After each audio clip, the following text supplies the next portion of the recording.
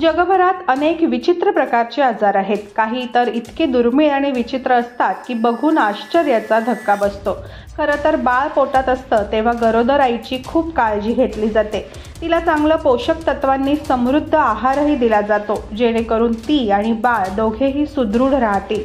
पण काही वेळा मुलांना जन्मतःच काही आजार असल्याचं कळतं. असाच आजार एका मुलाला झाला आहे. या मुलाच्या शरीरावर खूप केस आहेत.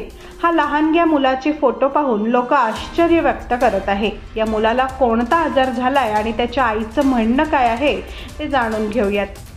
व्हायरल होत असलेलं हे प्रकरण फिलिपिन्समधील अपायायो इथलं आहे. इथे राहणारा एल्मा नावाच्या महिलेचा मुलगा जॅरेन गॅमॅगन एका विचित्र आजाराने ग्रस्त आहे, ज्याला हायपरट्रिकोसिस असं म्हटलं जातं. हा आजार झाला की शरीरावर केस वाढतात. मात्र या महिलेने आपल्या मुलाला पाहिल्यानंतर विचित्र कारण सांगितलं. महिलेला वाटतं की हे तिच्या मुलासोबत घडलं कारण ती गरोदर असताना तिने मांजर खाल्ली होती, त्यामुळे मुलाला शाप मिळाला आहे.